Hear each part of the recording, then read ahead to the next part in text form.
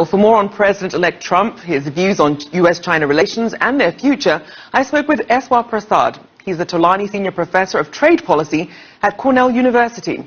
I asked him about Trump's recent outburst against China and its possible impact on ties between Beijing and Washington. Now, most of us hope that reason will prevail once Mr. Trump takes office.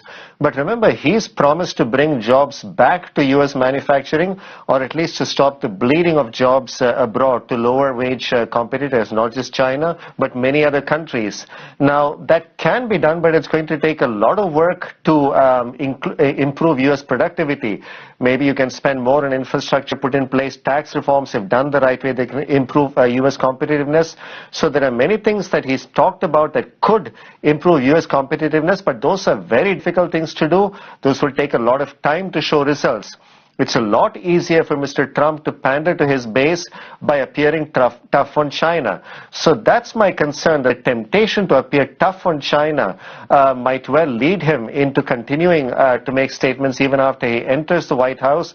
And that could lead to an escalating battle of tit-for-tat reactions from China, which in turn creates more actions from the U.S. So it could end up in a trade battle that nobody really wants, but which both sides are dragged into unwittingly. Now, another thing that played well with Trump's base was his comments on taxes. And now, with his recent tweet firestorm, he said that China has been heavily taxing U.S. products while not taxing China, which is in fact not true. China does pay taxes, granted though at a lower rate. How do you see that rhetoric affecting trade? Now, one could argue, as many of Mr. Trump's supporters have done, that what Mr. Trump is trying to do is set up a negotiating stance whereby he can do what American business really want from China, which is greater access to market opportunities in China, both to sell to the domestic market, but also to invest in China and to create more business opportunities there. So perhaps what we are seeing is just a negotiating strategy. And certainly this is what American businesses would like to see Mr. Trump focusing on, rather than the charge of currency manipulation. And there are many issues, not just market access, but also intellectual property rights, where I think the U.S. could have a much more productive discussion with China that would ultimately open more doors in China to U.S. businesses and could benefit the trade relationship in both ways. But currency manipulation is certainly not the right charge in order to make that point. And in terms of actually having that cooperation and really having a more productive relationship, how do you think China and other trade partners are viewing this rhetoric that they're hearing? It's certainly going to be very unsettling to many countries, because remember, even while the election season was going on, both China and the U.S. continued very gradually to negotiate the bilateral investment treaty, which would give both countries access to investment opportunities in each other's countries. So there is a lot of interest at the technical level in both countries in terms of deepening the economic cooperation. But you also need the political overlay of support from the leadership in both countries. And if there is a very frayed relationship at the top level, that's going to make it very hard to make progress at the technical level. And what is true with China is true with many of other trading partners of the U.S. as well. Mr. Trump has talked about tearing up the North American Free Trade Agreement with Canada and Mexico. And right now there are many business interests that have very tight linkages among the three countries. So it would certainly hurt not just Canada and Mexico, but U.S. businesses as well. So I hope again that Mr. Trump, once he takes office, will have a more pragmatic approach to trade policy. That's what many of U.S. trading partners seem to hope for, but we'll have to wait and see.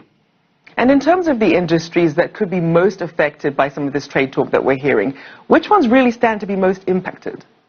Now, if one thinks about U.S. exports to China, the services sector does export a fair amount. That includes Chinese tourists coming to the U.S., Chinese coming to the U.S. for healthcare. All of that counts as services exports. Plus, the U.S. agricultural sector does export a fair bit to China, as does the high-tech export sector. But it's not just the exporting sector that's going to get hurt. There are many companies like Walmart, Apple that have very strong production bases in China, and the Chinese part of the supply chain, if disrupted, could affect these companies quite greatly. So the harm that could take place for many of the U.S. both manufacturing and and services sectors could be quite pervasive if there are rising trade tensions between the two countries. And we're also seeing that China now invests more in the US than the US does in China. It's actually saw record highs this year. So with that being said, we're also seeing more scrutiny of some of these deals starting to increase. How do you think that's going to affect China's investment strategy going forward if they're seeing all this scrutiny and this increasingly contentious talk coming from the president-elect? Now, China is certainly going to be looking to more investment opportunities, both for higher yields and also to get access to better technology that many American companies have. And the reality is that under the Trump administration, there is going to be a pattern of much greater scrutiny of Chinese investment. So at some point, I think China's government might well say, and also Chinese corporations might well say, it's not worth the trouble and go looking for investment opportunities abroad. But the reality is that the US is the biggest market in the world, is an economy where there is a lot of technology that Chinese companies could acquire. So here again, I think both sides, the US and China, have a strong interest in keeping this relationship on an even keel. There are certainly going to be far more bumps in the road than there have been under the previous administrations. And again, I'm hoping that things can be smoothed out, but it is going to be a very rocky start, I suspect.